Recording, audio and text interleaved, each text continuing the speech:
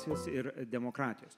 Ir prieš jūs yra pašnekovai, jūs juos puikiai pažįstate, tačiau vis tiek kaip moderatorius aš juos pristatysiu. Tai Kauno arkivyskupas metropolitas Kęstutis Kėvalas, Lietuvos Respublikos prezidento vyriausioji patarėja Asta Skaisgirytė ir žurnalistas, komunikacijos specialistas, neseniai apsigynęs disertaciją Linas Kontrimas. O šitą diskusiją vesiu aš, Virginijus Savukynas. Ir ponės... Čia jums. Taip. Dėkui, kad paplojot mūsų garbiems prelegentams, diskutantams ir ponės Skaisgirytė. Aš norėčiau pradėti nuo jūsų ir užduoti tokį klausimą. Šiandien čia Šiluvoje susirinkome mes ir diskutuojame apie laisvę ir demokratiją. Bet prieš kelias dienas, čia prieš savaitę, Kinijoje irgi buvo šiek tiek buvo susirinkusių ir diskutavo įvairiais klausimais, bet aš nebejoju, kad irgi apie laisvę ir, žodžiu, demokratiją. Ir vertinimai buvo, akivaizdu, neutralus vertinimas, kad Azija vienijasi, Indija, Kinija, kitas vertinimas, kad autokratai su diktatoriais vienijasi ir štai čia iškyla klausimas, o kur Europa? Ir patikslinsiu aš savo klausimą, ką aš čia turiu omenyje, nes jau daugelis Europos lyderių kalba apie tai, kad Europos geopolitinės pajėgos nusilpo, jėga nusilpo geopolitinė, nėra ekonomika dar didelė, bet traukiasi sunkumai ir taip toliau. Technologinės varžybas Europa pralaimėjo Kinijai ir Jungtinėms valstijoms, viskas. Apie tai yra daug kas kalba. Bet aš norėjau į kitą aspektą, kuris, man atrodo, irgi yra labai svarbus ir galbūt netgi ir pamatinis viso šito, sakykime, tokio Europos nuosmukio ir iškylančių grėsmių demokratijai šaltinis. Tai viena dalyka tai, kas vadinama leftistinė ideologija arba vokistinė ideologija, tai man regis ji įtraukia visuomenę į kultūrinius karus ir taip silpnina visuomenę. Antra, būtent šita leftistinė ir vokistinė ideologija taip ištobulino tą vadinamą atšaukimo kultūrą, kad daugelis žmonių jaučia baimę pasisakyti vienais ar kitais klausimais, nes jų tiesiog socialinis gyvenimas bus sugriautas. Negana to, šita ideologija, kaip sakykime, ji tapo ir valstybinės institucijos, nerašyta ideologija, bet labai yra juntama ir kai kur netgi įtraukiama į įstatymus. Štai pirmadienį, ar ne, kažkoks tai komikas, aš jo net nežinau, žodžiu, pavardę užsirašiau, bet dabar netrasiu, Britanijoje buvo sulaikytas 5 ginkluotų policininkų. Kodėl? Todėl, kad jisai kritikavo transgenderizmą. Tiek, kiek tenais buvo parašyta jo įrašai X-e, aš tenais jokios neapykantos nepamačiau, o jisai buvo apkaltintas neapykantos skleidimu ir dėl to 5 ginkluoti britų policininkai jį oro uoste sulaikė. Tai štai, čia taip iškyla klausimas dėl mūsų pačių vakarų demokratijos. Iš vienos pusės yra išorės spaudimas, bet ar mes patys irgi jau nepaminam demokratiją ir laisvę ir nepasižiūrim į savo veidrodį, kai mūsų amerikiečiai kritikuoja, nepatinka, bet kažkaip tai savikritiškai irgi nežiūrim. Tai štai, klausimas, kaip tai Europoje atsilaikyti ir apsaugotis demokratiją ir laisvę tokiamis sąlygomis? Ačiū Jums už tokį gilų ir platų klausimą. Tikrai gyvenam labai gilių pokyčių akivaizdoje, tektoninių lūžių, globalių lūžių. Ir man atrodo, viena pranešėja prieš mane kalbėjo apie prieš apokalipsinį laikotarpį. Tai ta prieš apokalipsinio laikotarpio nuojauta, jinai tvyro ore. Ir iš tikrųjų tos slinktys vyksta, jos ypač, sakyčiau, pagreitėjo post-covidiniam laikotarpį ir mūsų regione. Rusijai pradėjus karą prieš Ukrainą, tam jau 22 metų epizodą, tikrai pasaulis keičiasi mūsų akise ir keičiasi labai greitai. Ir būdami to pokyčio vidury, mes kartais sunkiai suvokiame, kur mes esam, nes visada patogiau suvokti iš istorinės perspektyvos, kai jau kažkiek metų praėjo, gali reflektuoti, kas tada buvo. O mes gyvenam čia ir dabar, ir tie dalykai dabar vyksta. Ir tada, prašai Dieve, padėk man susivokti, kas čia darosi. Kalbant apie demokratiją, pastarųjų 20 metų tendencijos demokratijoje nieko gero nežada. Tarptautinės organizacijos ir tyrėjai, kurie to domisi ir kurių tyrimo objektas yra demokratijos padėtis pasaulyje, konstatuoja, kad demokratinių šalių skaičius traukiasi, o autokratinių šalių skaičius didėja. Ta prasme, kad tendencija yra visiškai aiški demokratijos nenaudai. Europa išlieka dar bastionas tam tikras ir Europos, sakykime, Europos prailginimai, Šiaurės Amerika, Australija panašiai. Tačiau visas kitas pasaulis, kuris dabar turi pavadinimą globalūs pietūs, ypač pasirenka kitokias valdymo formas. Ir tai, kad jūs citavote susirinkimą lyderių Kinijoje, Tanzanija, ten berods dalyvavo 26 šalis. Kas jas visas vienė, kas vienė tos lyderius, didžioji dauguma yra autokratai. Išskyrus vieną kitą šalį, kur dar, sakykime, dar laikoma demokratija, kaip pavyzdžiui Indija, tačiau didžioji dauguma tų šalių tai yra autokratinės šalis. Ir diktatoriai, kaip Putinas. Ir jos taip, ir tai buvo parodyta Kinijoje, kad žiūrėkit, mes vienijamės ir mes siunčiame signalą jums, vakarams. Mes dabar būsim ta jėga, kuris spręs pasaulio reikalus. O jūs būkit tokie kaip ir mes, eikit toliau, laužydami demokratiją, spauskit žodžio laisvę, priimdami tokius įstatymus, kad kritika prilyginama neapykantos kalbai ir galima sodinti į kalėjimą ir teismuose ir taip toliau. Nes aš tokią tendenciją negerą vakarų valstybėse matau ir tai... Nesuverskim viską vakarų valstybėms, nes Lietuva tam tikrą prasme irgi vakarų valstybė. Abejo, pas mus irgi tokios pačios tendencijos. Mes esam pilnai integravęsi į Europą. Visiškai teisingai, beje, visiškai teisingai. Jūs sakote, tikrai mes esam labai gerai integravęsi jau dabar į Europos Sąjungą. Europoje mes visada buvom, bet į Europos Sąjungą tikrai taip. Mes netgi pasiekė 90% Europos Sąjungos vidurkio pragyvenimo lygio, ko nebuvo Lietuvoje nuo nepriklausomybės atkūrimo. Taigi ekonominiai situacijoje, aš sakyčiau, mes gana gerai atrodom, tačiau su ideologija yra visai kiti reikalai. Ir iš tikrųjų, ką reiktų pažymėti, kad Europos Sąjunga, kuri remiasi sutartimis, įvairiomis sutartimis, pradedant Romos sutartimi, paskutinė buvo Lisabono sutartis, nors dažnai yra sakoma, kad Europos Sąjunga susikūrė krikščioniškų vertybių pagrindų, bet niekad nebuvo drąsos tas krikščioniškas vertybės fiksuoti sutartyse. Drąsos tokios nepakako. Ir, sakykime, daugelie šalių yra konstitucinės nuostatos, įstatyminės nuostatos, kad religija yra atskirta nuo valstybės.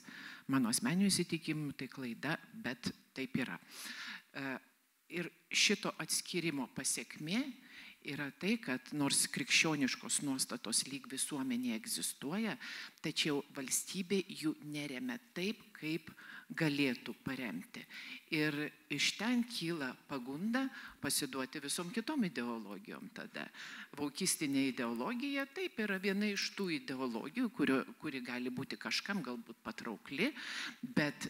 Bet ar nesusidaro taip, kad šita vaukistinė ideologija ir leftistinė, jie, sakykime, ypatingai Europos, įvairiuose vakarų Europos institucijose ir Briuselio institucijose yra vienintelė teisinga. Tai nėra, kaip čia kalbama, kad valstybėje turėtų būti neutrali ideologijų atžvilgių, bet biurokratams, ypatingai eurobiurokratams, šita vaukistinė ideologija, tas, kas juos vienyje ir jie būtent tik tais ją stumia, o visas kitus požiūrio taškus laiko, kad jie yra neapykantos skleidėjai ir netgi nori sodinti žodžiu, į teisiamųjų suolą, o gal ir į kalėjimą. Arba, sakykime, mes žinome tą atvejį, kada už Biblijos citavimą nesibaigiantys teismai, tyli malda, ne toj vietoj ir jau žiūrėk, kamerai sėdi. Už mintis, netgi minčių kontrolė, kas yra tyli malda, netgi jeigu prie ligoninės, ar ne, jūs žinote, Didžiojoje Britanijoje yra draudžiama, kas yra tyli malda, tai yra mintis, tai jau mintis nori kontroliuoti.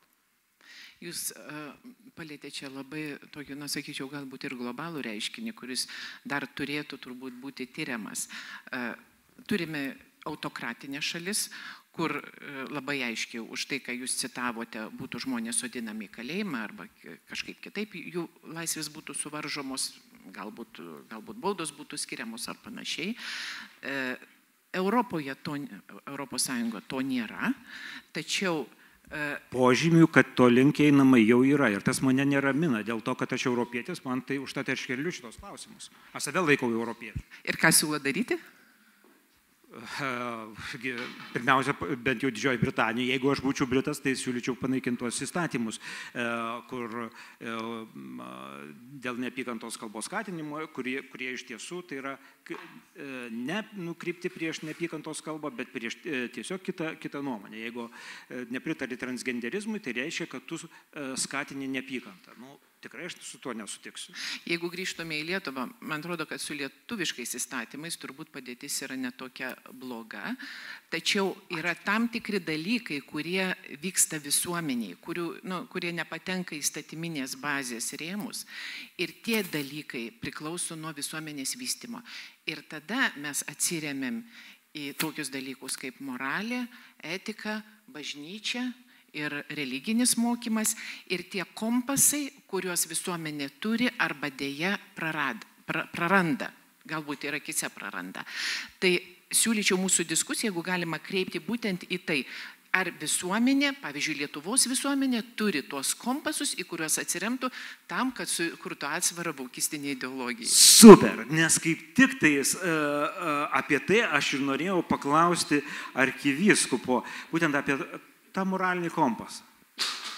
Nes aš jau seniai ir dabar pasiremsiu tiek to, pasiremsiu Lietuvos padėtimi. Gausybė yra įvairiausių etikos kodeksų, antikorupcijos programų, kaip tenais kiekviena institucija, jeigu atsiverti jos internetinį puslapį, ten pirmiausia matai kažkokia tai antikorupcinė programa, dar kažkas ir taip toliau, ir taip toliau. Yra įvairios valdininkams, ar ne, etikos kodeksai, taisyklės, netgi valdininkas turi vengti interesų konflikto regimybės. Kas tai yra, aš nesuprantu, nes žmonėms gali visokie regėjimai ištinka ir nebūtinai šventi, bet tiek to. Bet yra gausybė taisyklių. Ir matydamas jas, kaip čia užtikrinti visą tą skaidrumą, išnaikinti korupciją, tai mano nuomonė, tai jau STT neturėtų darbo, ją reikėtų panaikinti, nes ta korupcija neįmanoma, nes jau tiek daug yra prirašyta taisyklių, žingsnių, kaip turi būti daroma ir nėra. Bet mes matom, kad realybė yra kitokia. Ir tada man jau senokai prieš porą metų atėjo tokia mintis. Klausimas yra toksai, ar žmogus turi sąžinę ar neturi.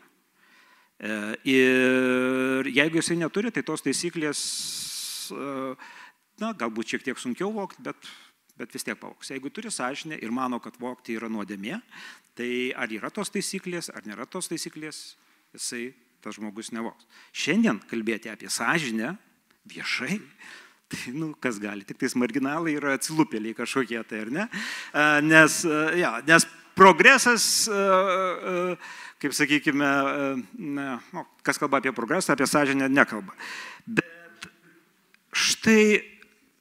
Bet nevertėtų prie to sugrįžti ir ką sakė apie tas moralinės vertybės, nes ką mes turime? Mes turime iš vienos pusės ir labai brangią sistemą su įvairiausiais kodeksais, įstatymais, tvarkom ir taip toliau, kurie nesąžiningo žmogaus nesustabdo, o sąžiningas valdininkas, jisai bijo žengti žingsnį nors truputį nuo to dokumento, nes jisai bus tada apkaltintas ir Taip, ir geriau nepriimti sprendimo, negu tenais kažkokiam tai papunkčiui, kurį gali dar interpretuoti, ar kam nors regėjimai atsirasti, tai kam rizikuoti žmogui. Tai štai, labai sudėtinga ir brangi sistema, kuri sąžiningai žmogui tai yra tik tais našta, o nesąžiningam, tai tik tais mažytis nepatogumas. Tai štai, ar galime mes vėl susigrąžinti sąžinę į tą viešą gyvenimą, kalbėjimą apie ją, supratimą, kas tai yra, nes teisinė sistema, nors sąžinės nėra, bet sąžiningas elgesys ar sąžiningi veiksmai arba nesąžiningi veiksmai, tai yra teisės aktuose ir teismo sprendimuose. Negali ir teismai išsiversti be sąžinės.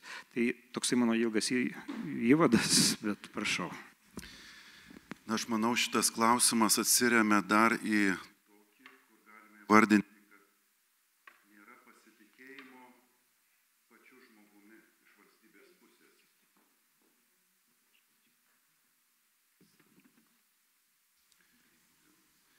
Nepasitikėjimas gimdo reguliaciją. Čestertono labai įdomi mintis yra, kai bus paneigtas Dievas, Dievu taps valstybė. Čia dar esu girdėjęs prieš keletą dienų tokią įdomią mintį, reiškia, Amerika atranda, Kinija duplikuoja, Europa reguliuoja. Tai šitas reguliavimo pagunda iš tikrųjų galop susiremia, kad mes nepasitikime žmogumi, nes ta sąžinė, jeigu tu paneigė žmogaus prigimtį, irgi yra tik tai konstruktas. Kas ta sąžinė? Mums, kurie, sakykime, tą laikome krikščionišką pasaulėžiūrą, kaip savaime suprantama, atrodo, kad tai yra nekvestionuojama tiesa, kad žmogus turi moralinį kompasą, vidinį supratimą, apie kurį Amerikos tėvai rašydami konstituciją rašė, sakydami, mes laikome šitas tiesas savaime suprantamomis. Tai reiškia, yra savaime suprantamų tiesų paketas, kuriame dalyvauja taip pat ir sąžinė. Per silpnas kalboms tokioms. Sakė, laikykit čia, tai žemiau, tai kažkaip tai traukinėja ryšys. Visaip turi laikyti laisvas pilietis, laisvoj tėvynėj ir turi veikti.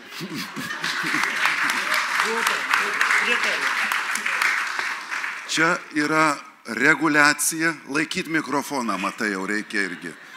Dar ne bet kai. Teisingai. Tai yra maži dalykai, kurie veda į didelius. Ir todėl jie pavojingi. Man labai smagu, kad mes kalbam apie tai, nes iš esmės kalbame apie tą aplinką, kuriame mes gyvenam ir kurią dovanosim savo vaikams. Ir įstovėti tos laisvės kontekste ir padovanoti įžvalgas, kaip jos nesugriauti, yra beveik gyvybiškai svarbus klausimai. O sąžinė, kurią mes turime kaip Dievo paveikslo nešėjai, jinai yra duotybė, kompasas, kuris, aišku, taip pat turi būti ir ugdomas. Mes negaunam jo kaip savaime suprantamo tik tai, kurio nereikia nieko daryti, bet iš kitos pusės ji yra su prigimtimi. Labai įdomus bandymai yra su kūdikiais. Man buvo įdomu skaityti vieną bandymą, 2 dvyniai kūdikiai ir daro. Vienam duoda 2 obuolius, o kitam 1 obuolį. Tas dar nekalba, o jau verkia, nes jis jaučia, kad neteisinga. Suprantat, tas 2 gavo. Tai kas jam pasakė?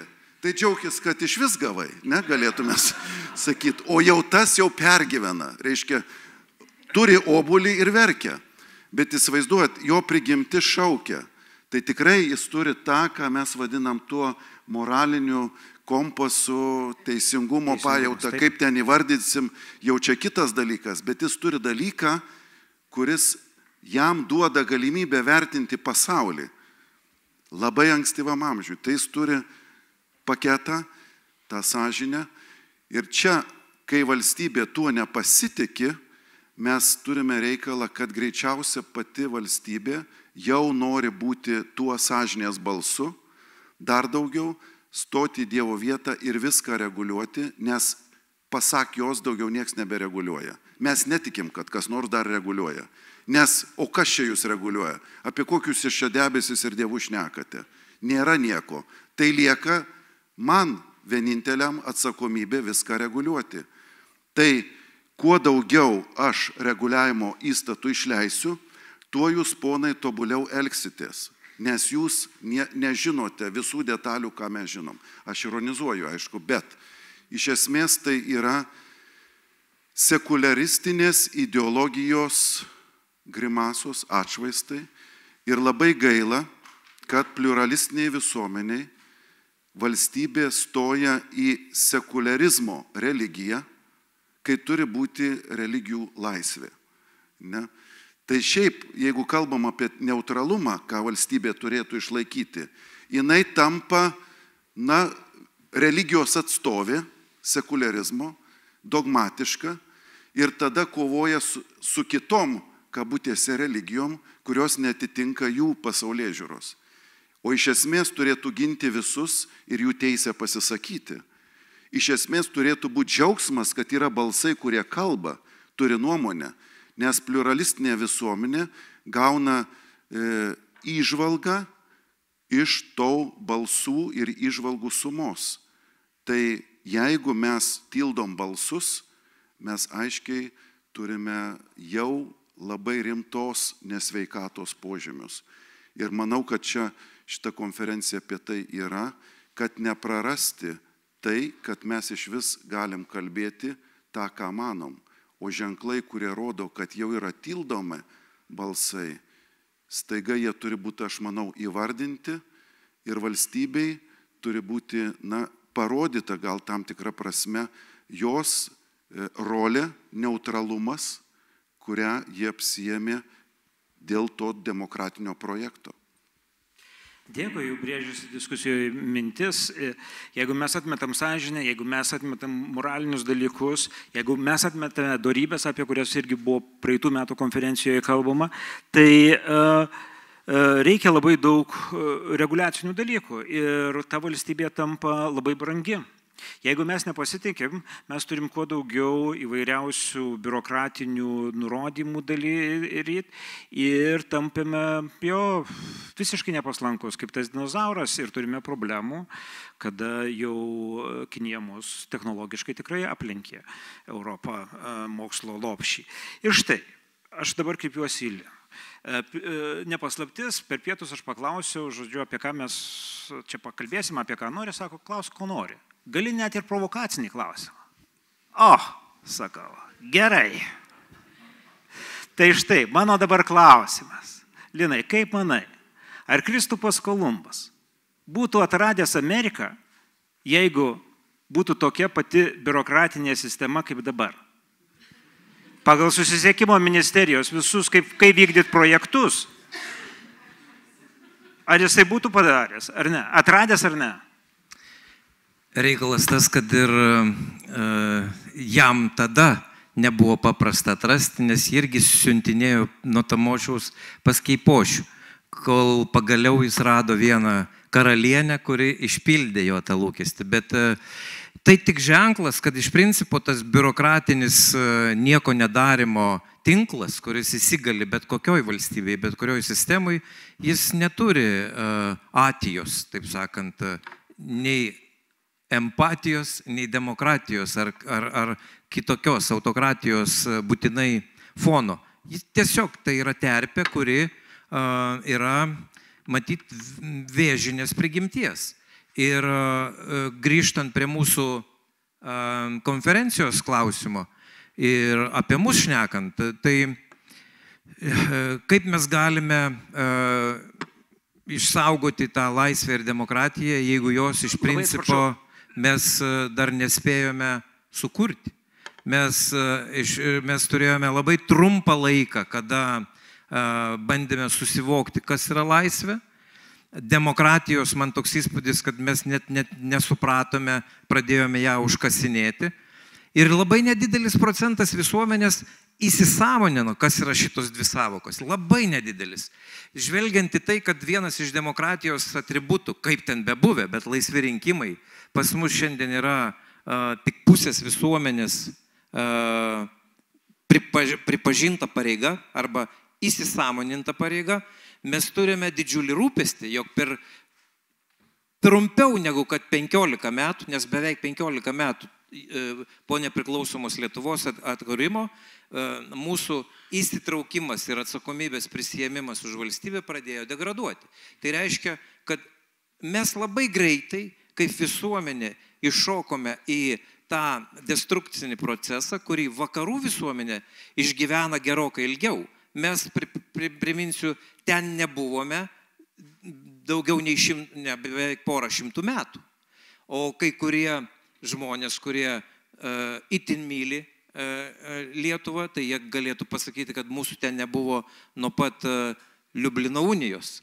Bet čia palikim tą diskusiją kitiem. Aš tiesiog noriu pasakyti, kad mes kaip tauta, kuri turi turėti užaugintą, išbrandintą, išmintingą sąmonę, kuri jungtų mus per kodus, per tam tikras savokas, kurių nereikėtų viens kitam įrodinėti. Jos tiesiog būtų kaip vardiklis, ar ne? Bet, pavyzdžiui, yra skaitiklyje, kas tik nori, bet vardiklyje visada egzistuoja tam tikras paketas. Mes šiandien tokio paketo neturime. Ir nesusiformavę jo, mes labai greitai atidavėme praktiškai vartotojiškai iliuzijai tą sotaus gyvenimo iliustraciją. Kam? Mes savo miestus pavertėme parduotuvėm. Suprantat, prisiminkite, kas esat buvę Klaipėdoje, pavyzdžiui, 78-9 metais. Čia nekalbu apie sovietmetį, tiesiog kalbu apie miesto gyvenimą. Ir klegėsi. Staiga, kada atsiranda Akropolis, visas senamiestis velniop. Kaunas tas pats. Atsidaro ta monstriška, nežinau, kaip ten architektūra vadina. Kaunas Laisvės alėja, visas senamiestis irgi mirinėja. Kur aš dabar čia tą suku, nuo Kolumbo iki mūsų? Kad mes, suprantate, esam patys kaip tokie, kiekvieną atskirai paimk lietuvių, žemaitį ir taip toliau, mes savo dvasioje jaučiamės Kolumbai, kurie privalome atrasti tą Lietuvą, kuri yra kaip svajonė mums įdiegta. Ir vis ją neatplaukiam, nes mums vis kažkas trukdo. Ar ne? Tai kažkoks veikėjas dvare. Tai dabar pasirodo, kad jau dvaro per daug intrigantų yra, kurių iš tikrųjų yra per daug. Dabar dar bažnyčia kalta daroma, kad ir tą trukdo. Taip, daug dalykų yra, kurie kažkaip tai nuleidžiami ir tas vargšas Kolumbas, kuris Lietuvos ieško, jis sukasi ratais ir aš bijau tik tai vieno dalyko. Mes turime labai nedaug laiko. Ta atkarpa, kurią esam gavę mūsų vakarta, pažiūrėkite į mūsų istoriją. Aš nežinau, aš neprisimenu baltiškųjų laikų, gal ten buvo šiek tiek, bet iš principo nuo kryžiuočių laikų mes, kad 35 metus mūsų fiziškai nepjautų, labai retas laikas. Ir kur mes jį išleidžiame? Pažiūrėkite, šita diskusija, kokią mes čia dabar bandome užkurti, jinai iš principo neegzistuoja kasdienybės vartosenoje, nes publika pavargsta nuo tokių temų. Jos yra sunkios. Taip, jos yra sunkios, bet kaip yra, baigiu dabar savo atsakymą nuo to, ko pradėjau. Šitų temų neišgvildenę, nesukūrę dėžutės, terminijos, būsenų, kurios yra absoliučiai mūsų, mes nebeturim šanso. Ir tada jau čia šiandien buvo ir pranešėjai kalbėję, kad ne tik tas mutavęs arba išsigimęs netgi, neatgimęs keistas padaras, kuris nebeturi nei lyties, nei tautybės. Jis iš principo mus visus palengva prarys. Ir ar galime mes tam atsispirti? Greičiausiai paskutinis sakinys. Laikas pripažinti, kad demokratija ilgus metus buvusi be kumščio ir be raumens yra nieko verta. Ir jeigu mes sakome, kad, pavyzdžiui, karys, šaulys privalo padaryti bent 5 atsispaudimus, tai kodėl demokratija neturi mokėti daryti atsispaudimų? Kodėl mes sakome, kad žodžio laisvė, kam jinai suteikiama? Bepročiui arba nepraustaburniui? Ne, atsiprašau, aš turiu jį tokį sustabdyti. Ar mes tą darom? Ar mūsų kultūra tą daro? Ne, mes suteikiame tribūną. Mes pasakome, kad mano socialinė identiteto visiškai, galbūt netgi psichologiškai traumuoto žmogaus kuriama sistema yra daug svarbesnė negu kad dieviška duota prigimtis be jokių argumentų ir įrodymų. Ir mes to tikim, kinkuojam galvomis. Ir netgi tie, kurie šiaip rūpinasi pasauliu, vis tiek pagalvoja, ne, čia truputį neišsišoksiu, nes gali man duoti per straublį. Ogi reikia pagaliau sakyti, kad ne. Stop dalykams, kurie užteršia tą viešąją erdvę. Per daug yra brūdo viešoje erdvėje. Aš užduodama šitą klausimą apie Kolumbą, omenyje turėjau būtent paprastą, tą kalbėjo ir Egidijus Aleksandravičius, kuo daugiau biurokratinių ribojimų, tai tuo mažiau laisvės tiesiog, nes riboja reglamentuoja mūsų gyvenimo sritis, nes vėlgi ruošdamas šitai diskusijai čia Wall Street Journal duomenys, kad nuo 2010 metų Europos teisės aktų apimtis padvigubėjo. Oho. Ir štai dabar vėlgi jūs kreipiuosi nes Europa biurokratiška, tą pripažįsta ir von der Leyen.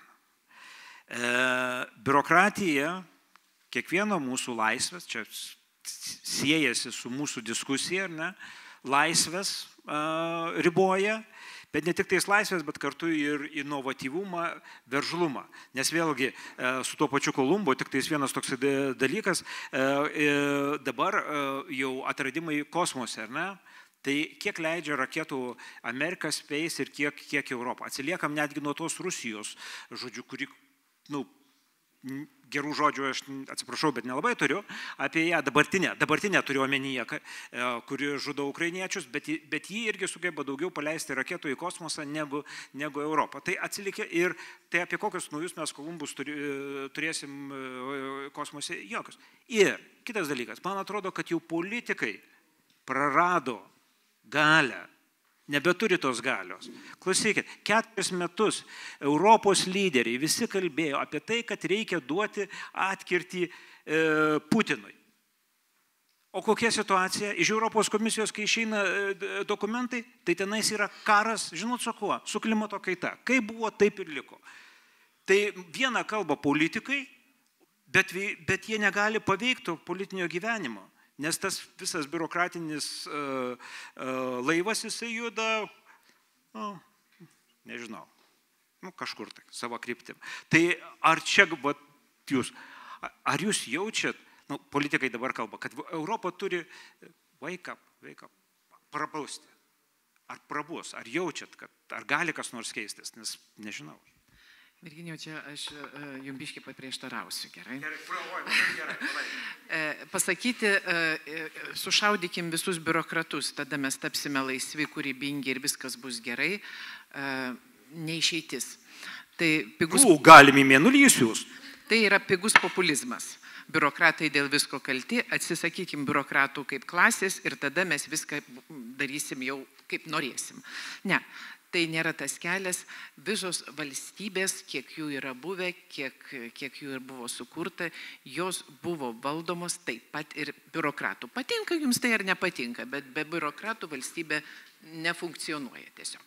Kitas dalykas, ką jūs labai teisingai keliate, ar Europa sugeba dėl ko nors susitarti. Ir tai, kad mes europiečiai nesugebam dėl ko nors susitarti, kalti ne biurokratai. Kaltas nuomonių pluralizmas, kalta kultūra, kuri ieško sutarimo, bendro vardiklio, todėl labai išplauna visus tekstus, europietiški tekstai niekad nebūna aštrus, niekad nebūna tokie, mes jiem jau kai duosim, tai pasakysim, bet kaip dabar arkivyskupas kalbėjo, bet kaip tikras pilietis, aš šitaip jums pasakysiu, europinio teksto tokio neturėsit niekada, nes 27 valstybės turi rasti kalbą, kuri 27 valstybėm, jų visuomenėm būtų priimtina. O valstybės yra nuo šiaurės iki pietų, nuo rytų iki vakarų. Vien žodžiu, tai yra kompromiso paieška. Kaip jūs tą vertinat? Jeigu jūs sakot, kad kompromisas yra blogis, tai jūs esate tikrai rytų kultūros atstovas, kuris arba laimit, arba pralaimit. Priešas turi pralaimėti, aš turiu laimėti. Vakarų kultūros atstovas sako, kompromisas, mes abu laimėjom. Ane? Sutinkat? Taip. Tai aš to neneigiau. Jo, bet nes aš manau, kad Linas nori paprieštarauti čia. Jau turime pradėti diskusiją, tai aš dabar įsiterpsiu štai kuom. Taip, vakariečiai, kadangi nemoka ir negeba susitarti, nes jie ateina iš 27 kampų. Ir toks įspūdis, kad jie niekad neteina į vieną kambarį. Jie taip ir vaikščioja savo tais keleliais ir nesusitinka. Bet žiūrėkite, o jeigu jie pradėtų, štai nuo ko. Yra aišku keletas dalykų, kas visą Europą jungia, ar ne?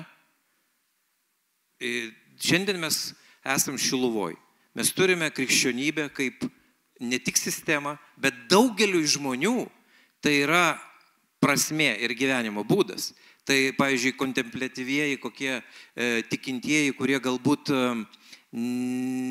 nevaikšto kasdien ar kas savaitę netgi į bažnyčią, bet turi gilų Kristaus išpažinimą ir taip toliau. Visokių jų yra.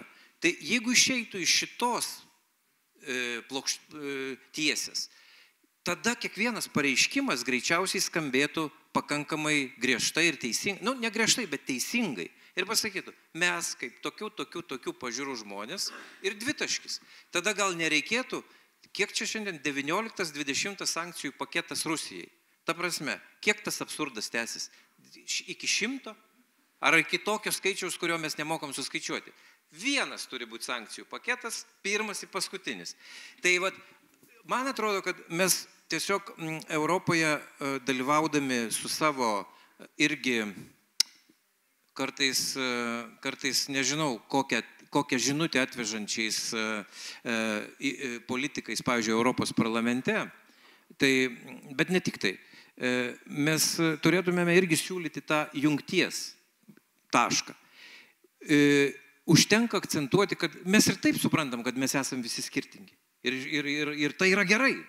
Kiek galima kartoti, toks įspūdis, kad atsibunda iš ryto, prasmės nėra, tai tada pakartoja tą pačią mantrą. Mes esame skirtingi, mes turime mokėti diskutuoti, debatuoti. Nesvarbu, kad nueisim mėgoti vis tiek nieko nesusitarę, bet būsime kiečiau. O tuo tarpu kita ideologinė pusė. Mums iš pradžių į batą spyrė, tada truputį aukščiau, o šiandien jau spardo į tą vietą, kuri nebeleidžia sėdėti. Bet užtenka intelektualiai susigrąžinti, man atrodo, bent jau vertybinę struktūrą. Gerai, mes kitos nesukūrėme, pripažinkime, ar ne?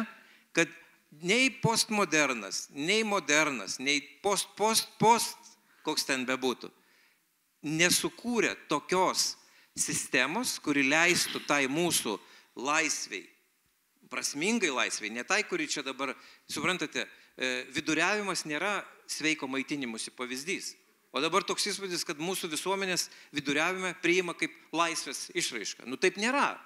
Mes turime kontroliuoti ir valdyti daugą, bet nesukūrę nieko, mes taiga sakom, atmetame, tie yra blogi, tie yra blogi. Ir mus tame pagauna, beje, va tokie kaip Putinas ir uoliai vedžioja už nosis. Vartoja tos pačius tekstus, terminus, demokratija, žmogaus teisės ir šaudo į žmonės. O mes, turėdami labai gerą pagrindą, pasakydami, kad žiūrėkite, pripažinkime, kad turime tam tikrą, sakykime, krikščioniškųjų vertybių rinkinį, iš kurio išeidami mes dabar, pavyzdžiui, 50 metų grįsime Europos idėją. Ir būtų įdomu. Įsivaizduoju, kaip Europos parlamente kalba ir diskusija šitą temą. Įsivaizduoju, čia ir priimtas rezoliucijas, ir pareiškimus, ir tai viskas eina nuo Lietuvos arba iš Briuselio į šiaurę ir pietus. Ojojoj. Pats puikiai supranti. O gal trenktų žaibas? Ir staiga prabustų ten ją. Nebent taip. Nes šiaip ruoždamas šiai diskusijai, ar ne, irgi laisvė ir demokratija, kaip ją įsaugoti, kaip nesunaikinti. Tai man atrodo vėlgi, kalbame sąžinės laisvė, ar ne, kad jaustusi, kaip sakykime, saugus ir tiesiog orus žmonės, kurie tiki. Nes jeigu dabar, kas yra sekiojami vakarų Europoje, ir pasaulyje, aišku, kitur tai žymiai blogiau persekiojami, tai tikintys, jeigu tai pasižiūrėjus, aišku, yra žymiai blogesnių šalių negu Europos šalis, kur žudomi krikščionys, tai irgi čia nereikėtų persudyti dėl tos Britanijos ir ar kokios nors kitos šalies, bet kokia man ruošinti šiai diskusijai, kokia kilo mintis, tai kad ta laisvė, kaip Europa susikūrė, tai buvo laisvų žmonių, kurie bandė, rizikavo, kaip tas Kolumbas plaukė, o tuo metu 15-16 amžiuje Kinija statė sieną, atsitvėrė nuo pasaulio. Ir mes matėme, kokia istorija. Europoje pakilo į viršų, Kinija nuvažiavo žemyn, dabar apsikeitėme mes vietom. Ir tai tema diskusijos Šiluvoje, ar ne, kaip nesunaikinti laisvės ir demokratijos, tai man atrodo, tai yra sąlyga, kaip nesunaikinti Europos projekto.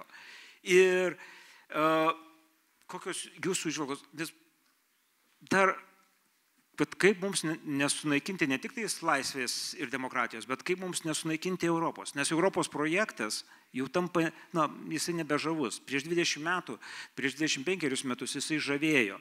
Prisimenat jūs puikiai, apie Turkiją galvojo, kad įstos. Ne Europos Sąjunga, Eurazija bus, Gruzija ir taip toliau, ir taip toliau. Dabar jau niekas nebenori tą Europą, beveik niekas nebenori. Ukraina nori, taip. Vėlgi nesutikčiau. Į Europą nori dar bent 10 šalių, dar vis nori į Europą įstoti. Ukraina turbūt pati didžiausia iš jų, bet turėkime minti, dar yra vakarų Balkanų šalis, kurios nori įstoti, Moldova nori įstoti, ir Turkija dar irgi, nors gal atrodo keistai, bet nepalaidojo vilties prisijungti prie Europos Sąjungos, matydama vėlgi šitą dinamiką. Taip, netekimas yra Jungtinė karalystė Europai. Ir Jungtinės karalystės išstojimas, sakyčiau, paliko traumą visų europiečių širdise. Gerai būtų, jeigu mes būtume iš to pasimokę, kodėl šitas išstojimas įvyko, ir iš dalies jis įvyko tai, ką jūs ir išvardinote. Perdėta reguliacija, pernelyg reguliuojama buvo daug, ir pernelyg Europos, kas Britam buvo labai aktualu, Europos žmogaus teisių teismas kišosi į tam tikrus dalykus susijusius su terorizmu Britanijoje, išteisindamas teroristus, kurie tikrai elgėsi labai, labai bjauriai. Tai šitas priežastis buvo labai konkrečios, tokios įvardintos diskurse prieš breksitinėme, tačiau po breksito, aišku, reikia tada pasižiūrėti, kaip mes galim su Jungtinė karalystė bendradarbiauti, ir dabar tendencija vėl yra suartėjimo, bent jau saugumo ir gynybos srityje, suprantam, kad turime būti kartu. Tačiau vėlgi, grįžtant prie to, ką Linas pasakė, autokratinės šalis spardo mums į kulkšnis, taip, sakei.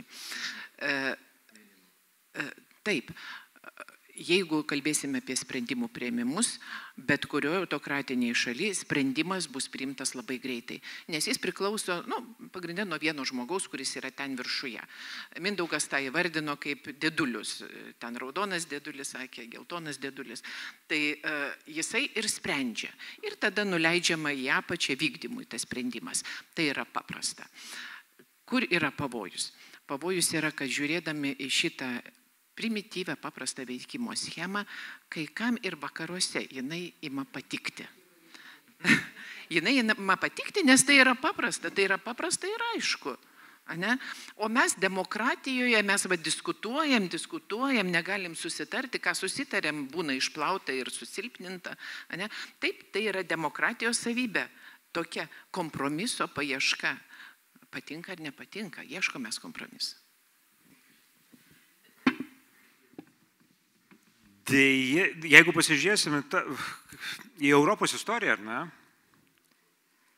tai visada Europa buvo susiskaldžiusi. Ir dar žymiai baisiau negu dabar, nes tarpusavyje kariaudavo visokiausios kunigaikštystės. Pradėkime nuo viduramžių, ar ne? Kunigaikščių buvo visokiausių karalysčių ir ten tarpusavyje santykius aiškinosi ir to žodžiu susikalbėjimo niekada nebuvo. Man atrodo, buvo tai ką pamatinės tos krikščioniškos vertybės ir tas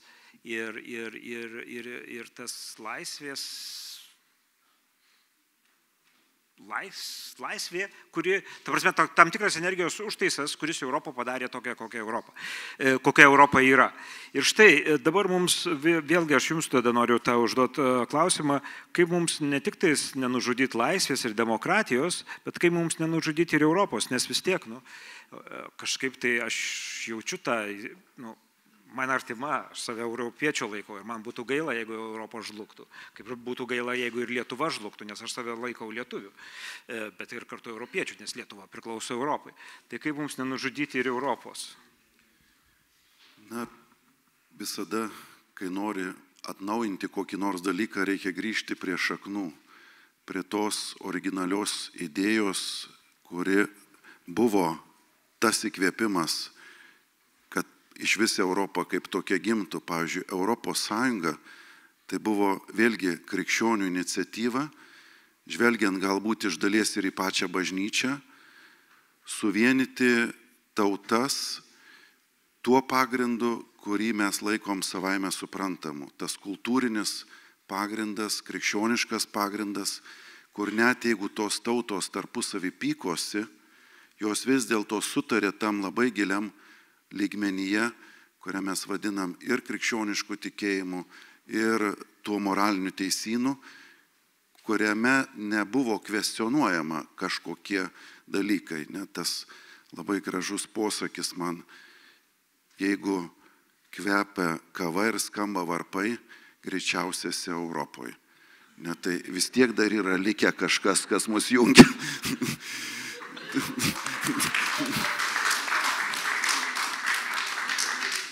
Bet mūsų šiandien baimė, kad varpai gali nustoti skambėti ir juos, atrodo, irgi pradeda reguliuoti. Nes kai kas sako, žinai, triukšmas, rytas per daug ankstyvus, ką čia tie krikščionys. Tai šitoj vietoj ta kultūrinė erdvė, kurią mes turim, yra labai tokia brangenybė, sakyčiau, kuri iš esmės pasaulyje, Europoje yra patikrinta laiko, nepaprastai daug įdėta mąstymo galios, nes visgi tai turime 2000 mąstymo istoriją apie tai, jeigu jau taip žiūrėtume. Ir iš kitos pusės mes turime žiūrėti į šaknis ir taip pat tuos konfliktus, kurie buvo įspręsti tos pačios Europos. Ir rasti atsakymai, kaip sugyventi. Ir daug dalykų, kurie kilo iš tų skirtumų, pavyzdžiui, kad ir, sakykime, viduramžiais, kaip atsiranda, pavyzdžiui, advokatai. Dėl to, kad vyksta, sakykime, konfliktas ir reikia silpnesniam žmogui pagalbos. Advokatus ateina iš teologinio žodyno, kuris yra šventai dvasiai skiriamas ir statomas tam žmogui, tu jam padėk ir šnekamis, konfliktuojam, bet tol, kol atrasim tą tarpusavio supratimą, apie kurį jūs Asta kalba. Tai mes turime tuos įgūdžius ir turime tą kultūrą kalbėtis ir turime gebėjimą atrasti optimaliausią variantą. Tai man atrodo, kad Europoje tas nėra niekur dingę. Kas yra trūkumas, tai kryptis. Ne?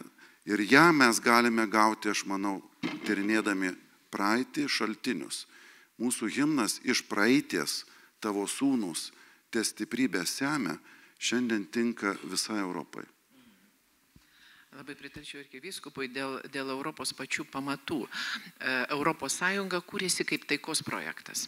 Po antro pasaulinio karo reikėjo Europai atsigauti, buvo pavargę nuo karo, reikėjo ieškoti sugyvenimo.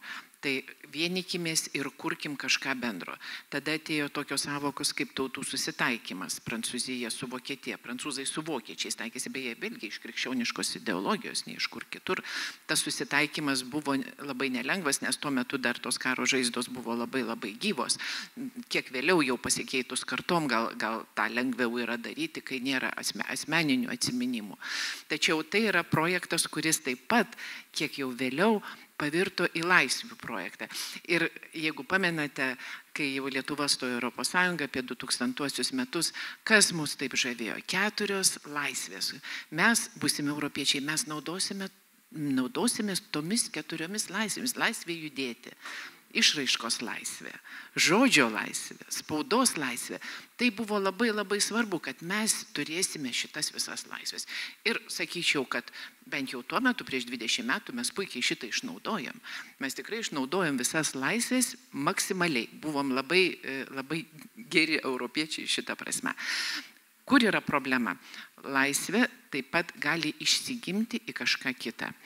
Ir tai, apie ką mes šiandien diskutuojam, tai kada laisvė peržengia ribą, kada laisvė kritikuoti pavirsta į neapykantos kalbą, arba laisvė kažką pasakyti pavirsta į šmeižtą, arba laisvė turėti kitą nuomonę pavirsta į tai ką vadiname nelietuviškai cancelinimu, ne? Net nežinau kaip išversti, nes atšaukimo kultūra. Čia matai. Va. Tai visos šitos laisvės išsigimimo išraiškos yra blogos ir tiesiog turime galvoti dabar visi kartu, ką su tuo daryti. Čia toks paradoksas atsiranda, kad mes laisvę suprantame per daiktišką galėjimą kažką pačiupinėti, praryti ir taip toliau. Bet kad laisvė iš principo, kaip mes ją suprantame, tai greičiausiai tuo pat metu su galimu jos apsiribojimu. Tai yra laisvė turi gebėti save pamatyti tam tikram pakrašty, pabaigoj. Ir niekada iki jos neprieiti, reguliuoti tą santykį. Bet ar taip yra mūsų visuomenėse? Ne. Mes taip ir užstrigome tame, kad kas yra mums laisvė? Duok daugiau paėsti, arba ten duok daugiau pinigų, duok daugiau globos ir taip toliau ir taip toliau. Kitaip tariant, kad laisvės refleksija pas mus vis dėlto, ir vėlgi aš čia negeneralizuoju, nes yra žmonių, kurie mąsto apie tai, kurie apie tai kalba, bet procentiškai jų yra per mažai, kad tokioj lietuviakalbiai bendruomeniai jie bent jau sudarytų sprangų kąsnį, kurį būtų sunku praryti. Kadangi jų yra tiek nedaug, juos visus praryja. Mass media ar ten kitokia media, bet aš ne juos kaltinu. Aš kaltinu tą vis dėlto visuomenės ištižimą ir nenorą priimti aštrias, bet reikalingas temas. Tai va, ir ką gali daryti šiandien krikščionis, greičiausiai vis dėlto pagaliau atsistoti ir prabilti garsiai, kad daugybė dalykų ne tik, kad netoleruoja, bet tos dalykus stabdo ir įsitraukia į diskusiją, kuri šiandien, man atrodo, yra ribinė. Virgis kalba apie save kaip lietuvį, kaip europietį. Ir iš tikrųjų, taip, mes esam daugelį tų dimensijų, bet greičiausiai mums kaip Lietuvos piliečiams, matyt, vėl yra svarbus etapas, kuriame, ir čia atsiprašau, kad taip bandau kelintą kartą provokuoti, bet man toks įspūdis, kad vėl reikia edukuotai kunigijai įsitraukti į pilietinį veiksmą, kas buvo kažkada tai, bet kadangi mes kalbame apie laisvę, tai įsitraukimas turi būti save ribojantis. Reiškia, nusistatau kuriam laikui, tai padarau ir grįžtu. Ir kas tai gali padaryti? Na taigi padaro sąmoningi žmonės. Jeigu mes leisime miniai diktuoti mūsų elgesio ritmiką ir gyvenimo ritmiką, tai mes iš istorijos žinome, kur tai atveda. Ir žinote, dar toks finalui. Čia mes klausime, kaip neprarasti tos laisvės ir demokratijos? Gal ne taip klausti reikia, o kam ją gelbėti, jeigu jums jūs nereikia, ar ne? Jeigu jūs jos nenorite. Gal tada toks ribinis klausimas taiga paukšt pažadina žmogų ir sako, ne, vis dėlto aš nenoriu jos prarasti. Ką aš turiu daryti, ar ne, kad šitaip neatsitiktų. O dabar toks įspūdis, kad mes vėl pasimasažuosim truputį viens kitą ir išvažiuosim. Dėl to man atrodo, kad laikas yra veiksmui ir veiksmui pabandyti reflektuoti, kiek krikščionybė kaip vertybinis vektorius, bet lygiai taip pat ir piliečių telkiantis sąmonę vektorius gali tam tikram laikui ateiti į pagalbą tiek visuomeniai, tiek valstybei. Tai va taip va. Gerai, Linai, jo, čia tavo optimistinis ar pesimistinis pasisakymas buvo? Nes taip ir taip.